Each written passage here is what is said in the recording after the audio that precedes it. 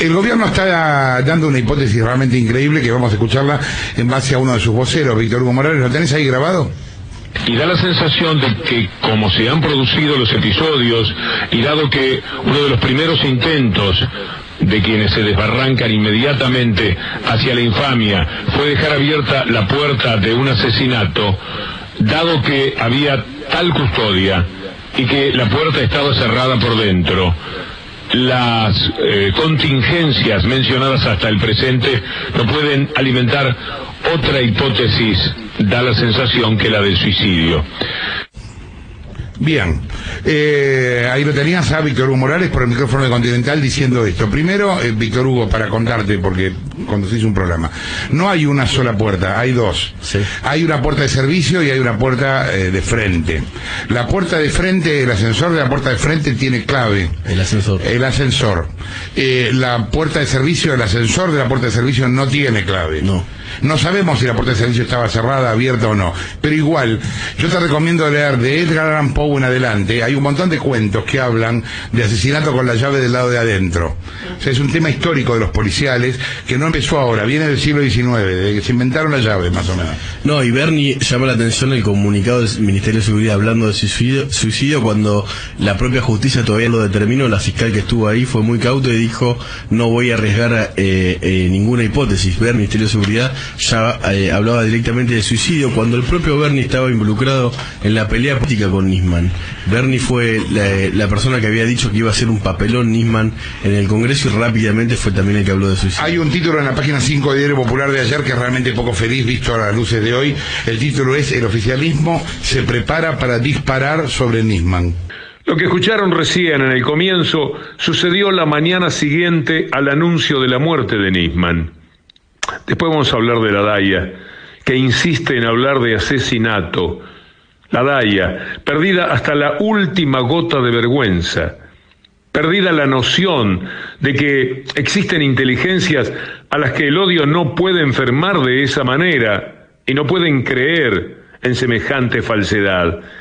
Perdida, además, por la Daya, la sabiduría de que quienes con ellos empujan a la mentira más grande que al menos yo conozca son los que siempre estigmatizaron a los judíos.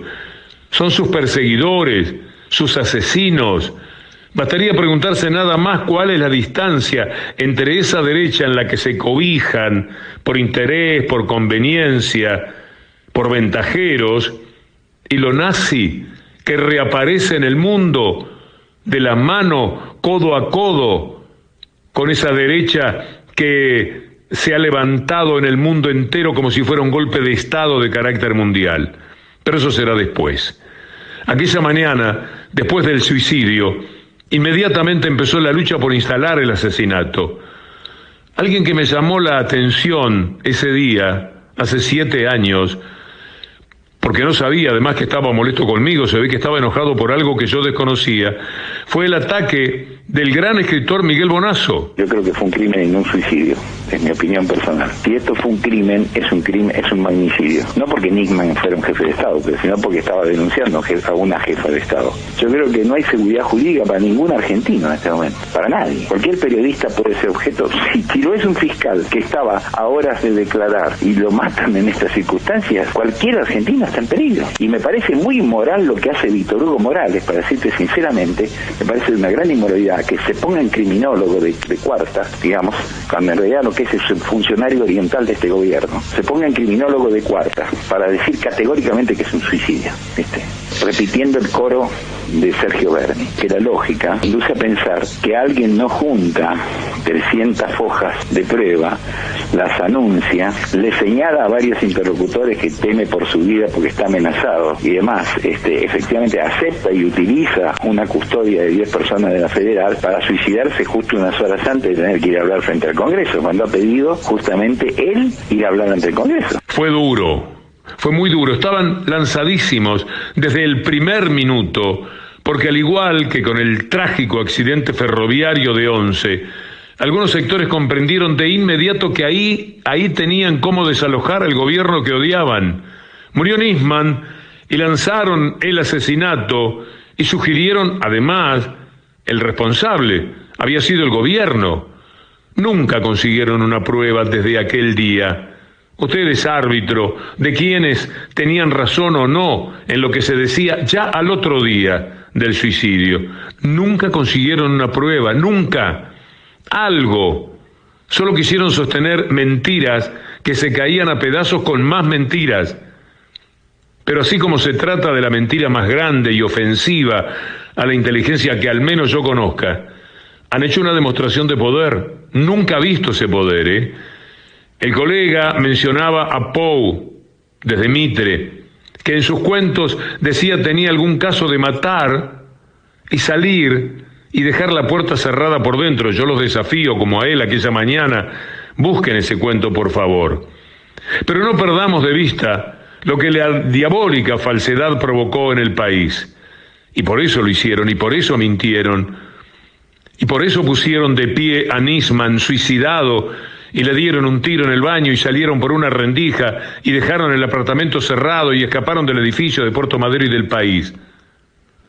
En el mismo momento que Nisman, aturdido su ego monumental por los errores de su vida, por el desprecio familiar de esas horas y por el miedo de ser entrevistado en el Congreso y no en TN, en el preciso instante que con la mirada puesta en el espejo gatilló la pistola que había buscado desesperadamente, pidiéndosela a cualquiera que pasaba, necesito una pistola.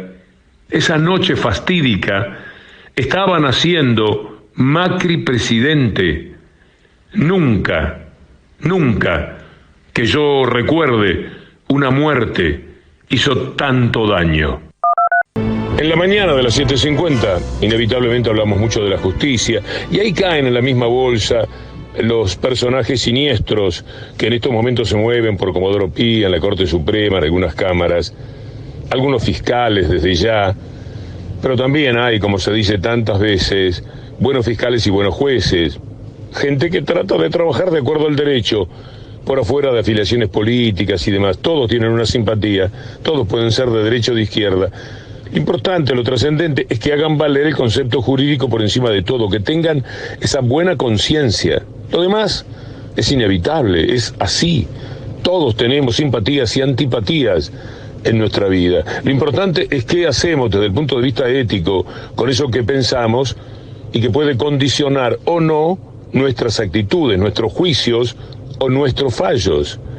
Quiero hablar de Leonel Gómez Barbella, un fiscal que tiene presos a 14 policías en estos momentos por el asesinato de Lucas. Un fiscal que se pudo haber quedado nada más en los 3 primeros policías, los culpables, los acusados. Siguió cruzando llamadas, siguió investigando, pidió prisiones que en algún momento el juez le negó porque quería más datos, los consiguió, lo convenció al juez y en este momento tiene a 14 policías presos.